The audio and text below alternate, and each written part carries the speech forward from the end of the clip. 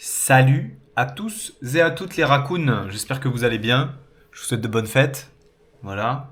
Pour ceux qui regardent cette vidéo, je sais pas quand. Alors aujourd'hui, je vais changer votre vie. Voilà. Je suis le youtubeur magique. Je vais changer votre vie.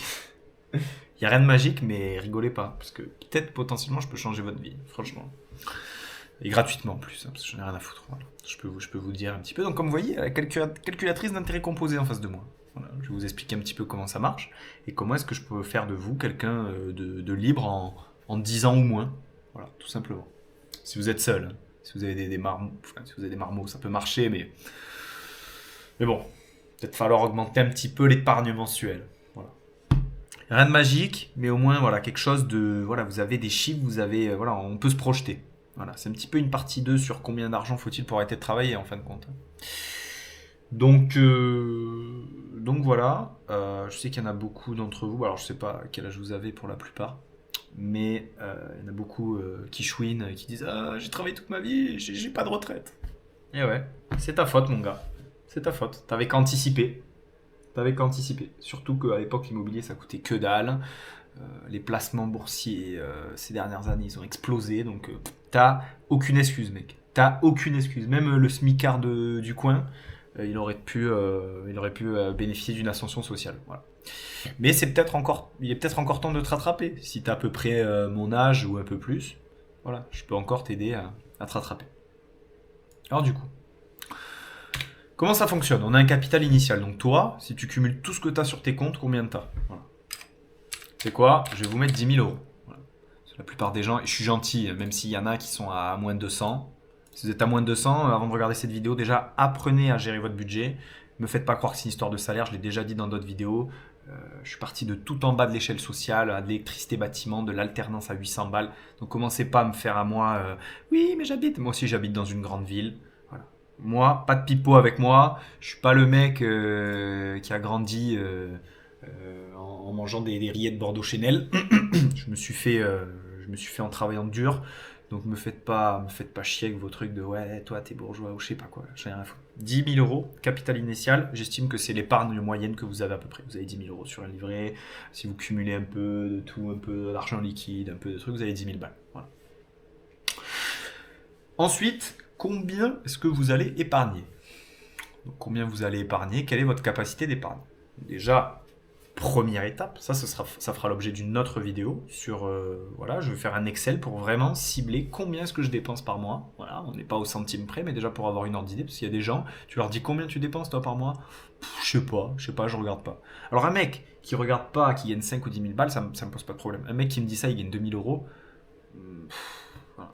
Même quelqu'un de 5 ou 10 000 balles, en fait, si vous voulez, le pouvoir d'achat, ça va juste déterminer la possibilité du projet, si le projet il va être plus ou moins grand. Mais en soi, à 5 000, 10 000, on doit pouvoir gérer son épargne. C'est des conneries, ça. C'est pour ça, moi, le coup ouais, du salaire, ouais, mais moi, je gagne pas de salaire, je truc et tout. Il y a des mecs qui gagnent 4 000 balles, ils craquent tout. Il y a des mecs à 2 000, ils vont épargner. Voilà. Même à 1 500. Donc, premier point, essayer de gagner convenablement sa vie. Ça peut paraître bête, par des moyens simples, même si vous êtes au SMIC, bénéficier de la prime d'activité.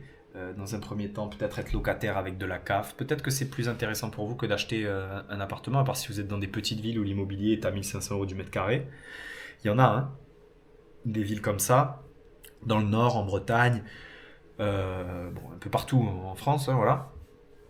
Mais voilà, vous pouvez trouver. Euh, pour épargner, qu'est-ce qu'il faut? Il faut un salaire. Voilà. Il faut un salaire ou des revenus. Donc, si vous êtes auto-entrepreneur, salarié, ce que vous voulez, on va partir sur un salaire de 2 000 euros. Voilà. Si vous ne gagnez pas 2 000 euros à l'heure actuelle, vous allez tout faire pour les gagner. Vous allez tout faire pour les gagner, c'est-à-dire que aujourd'hui, en fin de compte, même un smicard, quand je dis smicard, c'est pas voilà, hein. J'ai déjà été smicard, hein, pas de problème. Hein. Un smicard, il a une prime d'activité qui s'accumule, il a vous savez, la prime de Noël, me semble-t-il. Il peut avoir une prime d'énergie, il peut avoir de la CAF aussi sur des logements. Donc en fin de compte, bout à bout, on est presque en fin de compte aux 2 000 euros. Donc après, reste à lui de bricoler, de faire des trucs, je sais pas, si tu as des compétences pour réparer des bagnoles ou quoi, si t'es une meuf et que tu veux faire des cils, des ongles, etc. Il y a toujours des moyens pour arrondir les angles, faire un peu de chantier, faire de la livraison, voilà. Ne mentez pas, après je sais pas quel âge vous avez, en fonction de votre âge aussi, vous allez avoir plus ou moins de détermination et d'envie. C'est sûr que si vous avez 40 ou 50 balais, vous allez avoir la flemme de faire de la livraison de pizza. Mais après, peut-être que vous pourrez trouver quelque chose qui est plus en adéquation déjà avec votre secteur d'activité, vos expériences et ce que vous êtes prêt à faire. Voilà. Donc, moi, vous savez quoi? Je vais partir sur une épargne mensuelle de 800 euros. Vous allez vous démerder pour coffrer 800 euros. Donc, je vais vous dire, si vous êtes seul, et que vous mettez 800 euros par mois et que vous gagnez 2000 euros, vous avez 1200 euros. Donc 1200 euros pour vivre. Voilà. Donc 1200 euros, bien sûr, si vous habitez à Paris, ça peut être compliqué.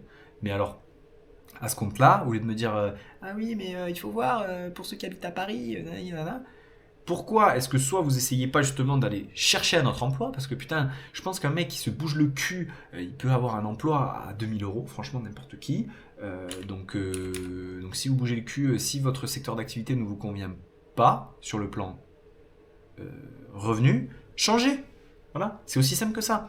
Et si vous n'êtes pas prêt à changer, c'est que vous n'êtes pas prêt à être libre. C'est aussi simple que ça. Voilà. C'est aussi simple que ça. C'est-à-dire que vous avez des choix à vous faire dans la vie. C'est est-ce que je fais la profession que je crois aimer? Parce que bon, après, je dis pas, il y a peut-être des gens qui adorent leur profession, mais à quel prix? Si c'est pour... Après, comme je l'ai dit, avec toutes les aides qu'il y a maintenant, etc., vous pouvez très bien mettre en place des systèmes qui peuvent vous permettre de vous enrichir quand même. Bon, peu importe, vous débrouillez. Vous me foutez 800 balles par mois de côté. Vous vous démerdez, vous changez de job, vous faites commercial.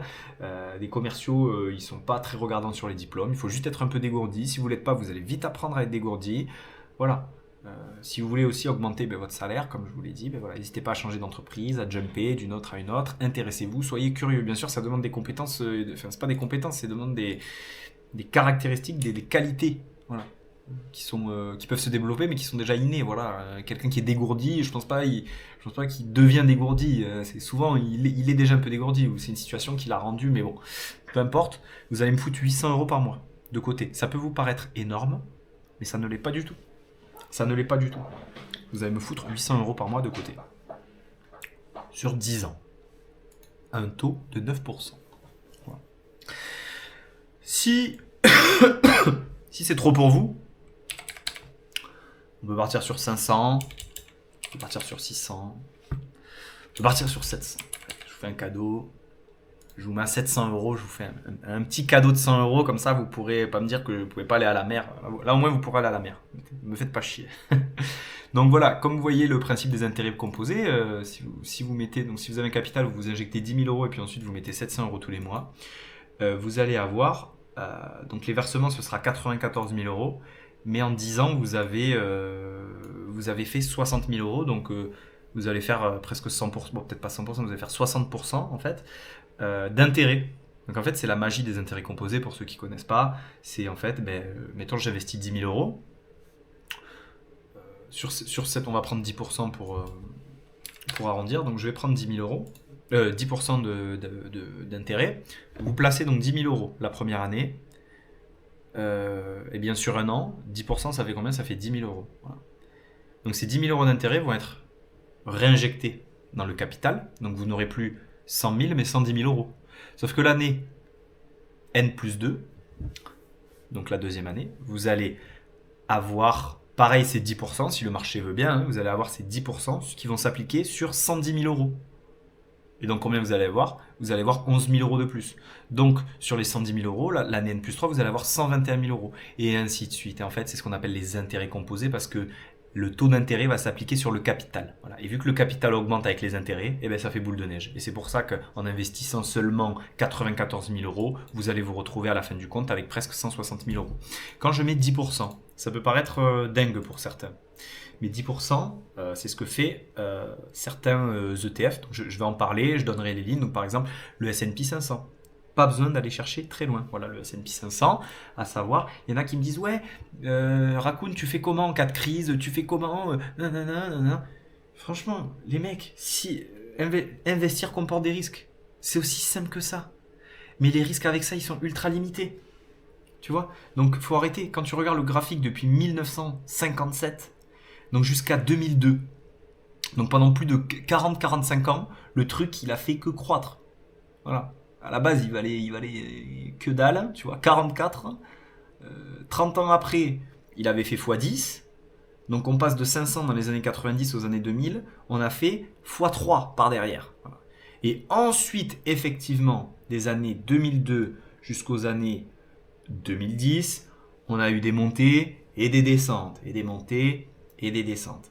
Mais vous voyez que de 1960 à 2010, enfin 2020, pardon, 2018-2020, vous voyez très bien que en 40, 50, 60 ans, vous avez une tendance qui est démentielle. On part de 44, on est à 3000 presque. Voilà. Et aujourd'hui, le S&P il a plus de 5000. Donc voilà. Ça, je veux pas l'entendre. Ouais, mais 10%, si le marché fait moins de 30, tu fais comment, Raccoon? Ben, tu fais comment? Ben, t'attends. Tu patientes, qu'est-ce que tu veux que je te dise? T'as déjà, tu peux piocher un petit peu en attendant, voilà. Donc bien sûr, on n'est pas à l'abri d'avoir une crise. Après, voilà, si tu investis vraiment ici et que l'année d'après, tu tombes là, j'ai envie de te dire, pas de chance. Mais d'un autre côté, tu attends encore quelques mois de plus et tu récupères ton capital. T'investis là, je te dis quoi? Oups, pas de chance, t'as perdu quoi? T'es passé de 1005 à 700, t'as perdu 40, à peu près 40% de ton portefeuille. Tu pleures un coup, t'attends quelques mois ou une année, et tu fais x2 ou x3.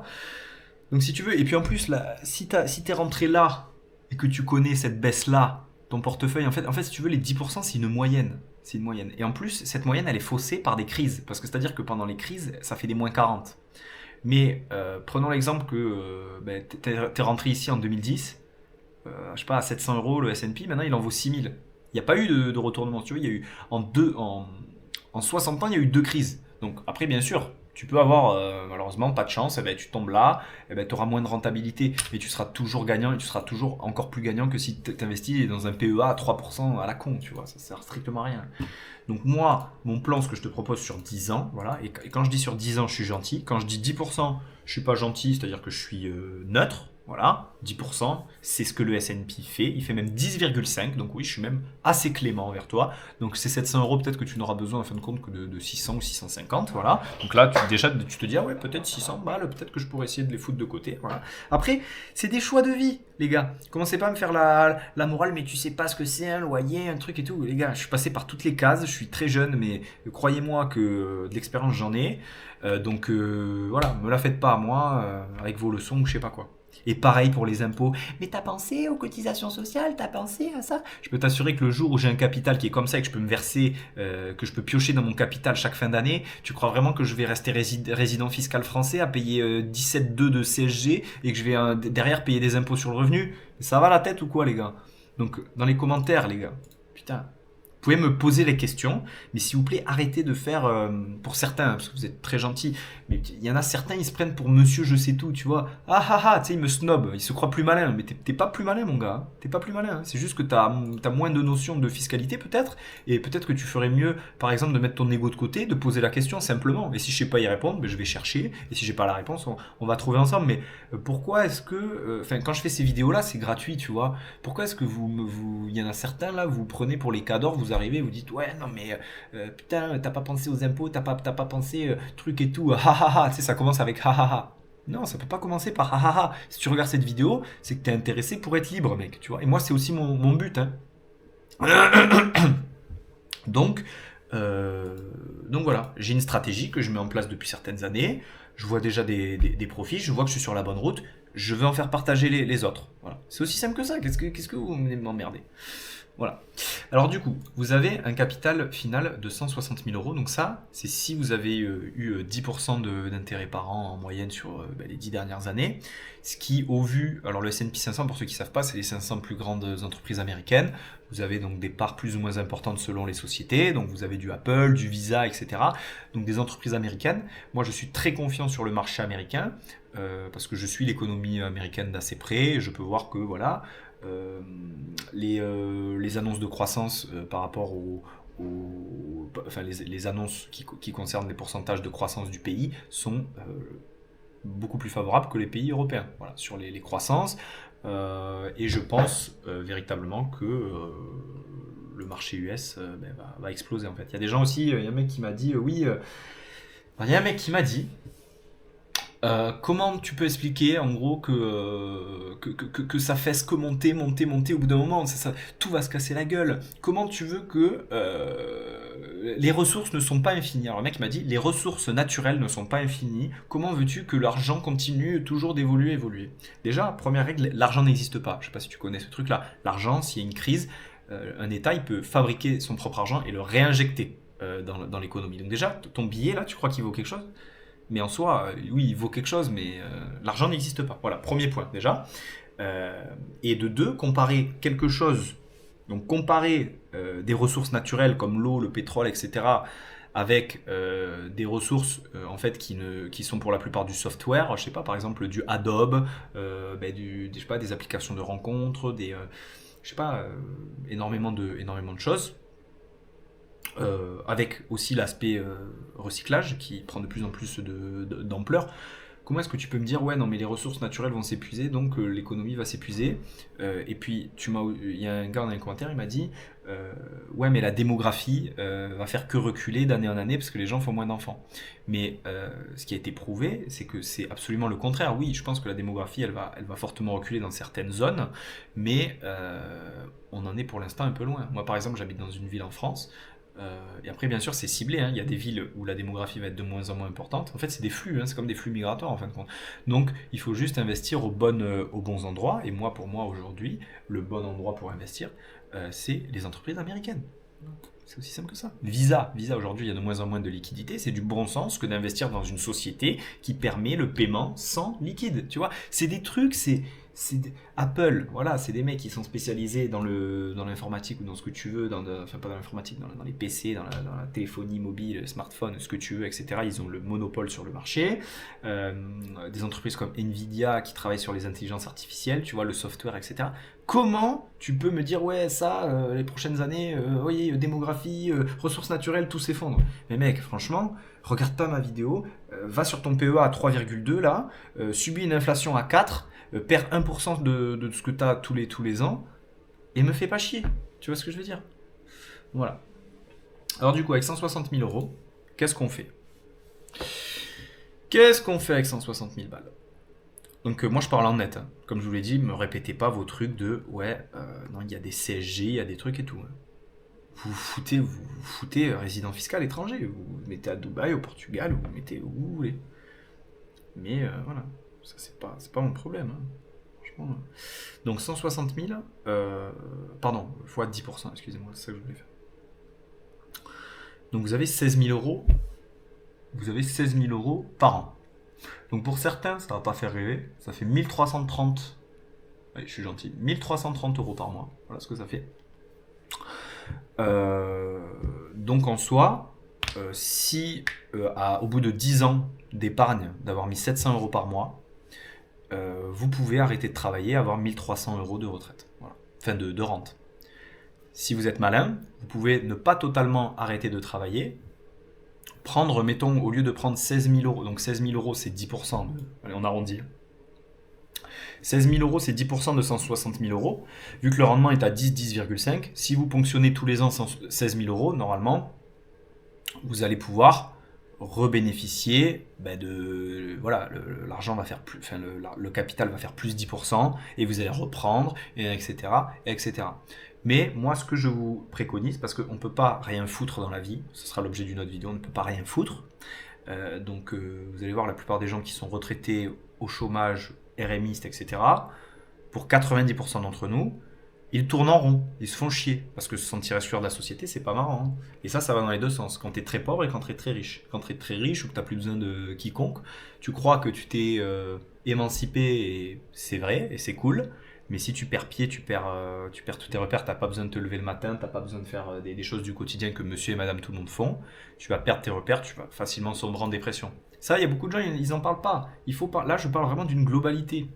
Donc aujourd'hui, en investissant que 10 000 euros de côté et 700 euros d'épargne, et 700 euros tous les mois pendant 10 ans, et comme je vous l'ai dit, je pense estimer d'être gentil, parce que je pense qu'au cours de notre vie, on peut avoir soit un héritage, soit des livrets de famille, soit ce que vous voulez, soit une voiture que vous allez revendre, et même, peut-être que là, vous avez déjà une voiture, une moto, un garage, une place de parking, ce que vous voulez, et peut-être que le jour où, au bout de la 8e ou 9e année, quand vous serez à 140 000 euros, peut-être que le fait de vendre vos véhicules vont vous rapporter 10 000 euros, vous allez pouvoir injecter directement dans le PEA et vous allez directement avoir vos 160 000 euros l'année d'après vu que le pourcentage des 10% va s'appliquer et peut-être que vous pourrez mettre les voiles et vous barrer. Parce que le but, comme je l'ai expliqué dans les différentes vidéos,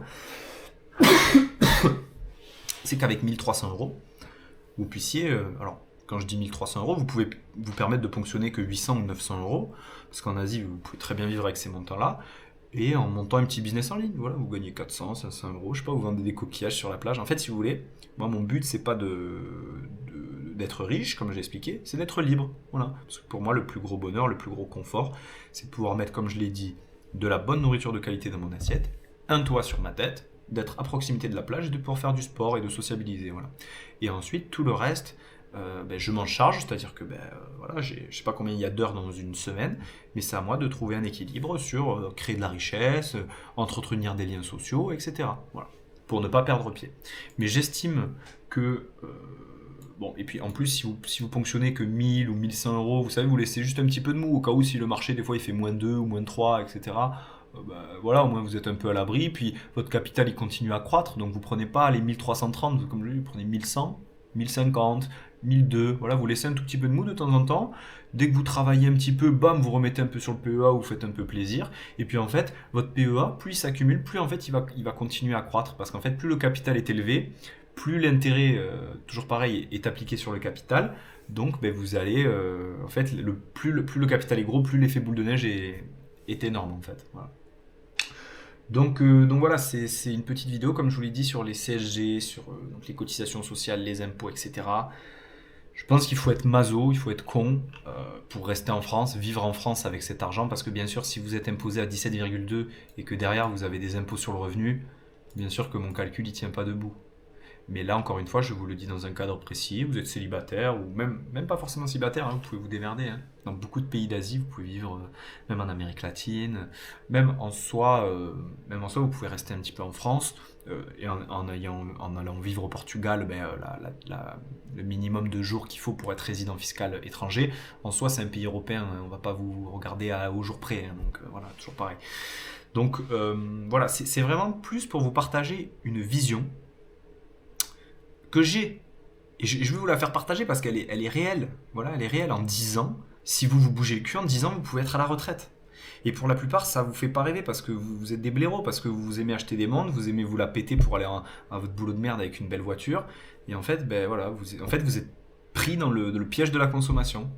Ouais, mais il faut se faire plaisir, Raccoon. Eh ben ouais, fais-toi plaisir. Mais en tout cas, dans 10 ans, il y en a qui se seront fait un peu moins plaisir. Et encore, le plaisir, c'est superflu. Le plaisir, ça passe par des choses super simples, en fait, quand tu te rends compte. Donc, c'est des conneries. Voilà, c'est des conneries. Encore une fois, si toi, tu estimes qu'il te faut plus, c'est ton droit. Tu n'as qu'à adapter ton épargne mensuelle et ton capital initial par rapport à ça. Et puis voilà. Donc, je veux pas de commentaires du style « Ouais, 160 000, mais c'est beaucoup trop peu. » Vous faites avec ce que vous voulez. Il y en a qui vont avec 120 000... ils vont se dire banco, et il y en a avec 250 qui s'y retrouveront pas. Donc voilà, réfléchissez-y, c'est un mode de fonctionnement, ce n'est pas, là quand je vous expose des calculs comme ça, on n'est pas à l'euro près, commencez pas à me faire chier, oui je peux épargner que 500, je peux épargner 650, on fait du cas par cas, on fait avec ce qu'on a, et là j'essaye de vous mettre vraiment, comme un prof en fait, je vous donne pas la réponse, j'essaye de vous mettre un système de calcul que vous mettiez en place pour vous dire ok, à chaque fois que je gaspille 1000 euros, et bien en fin de compte je gaspille un mois de rente à vie, vous voyez ce que je veux dire, enfin, là par exemple 160 000 euros, enfin bref. Donc voilà, vous m'avez compris, je m'arrête là, je vous souhaite une bonne soirée les raccoons, réfléchissez bien à ça, pas aux chiffres précisément, mais au mode opératoire. Je vous souhaite une bonne soirée et je vous souhaite une bonne année. À bientôt, bye bye.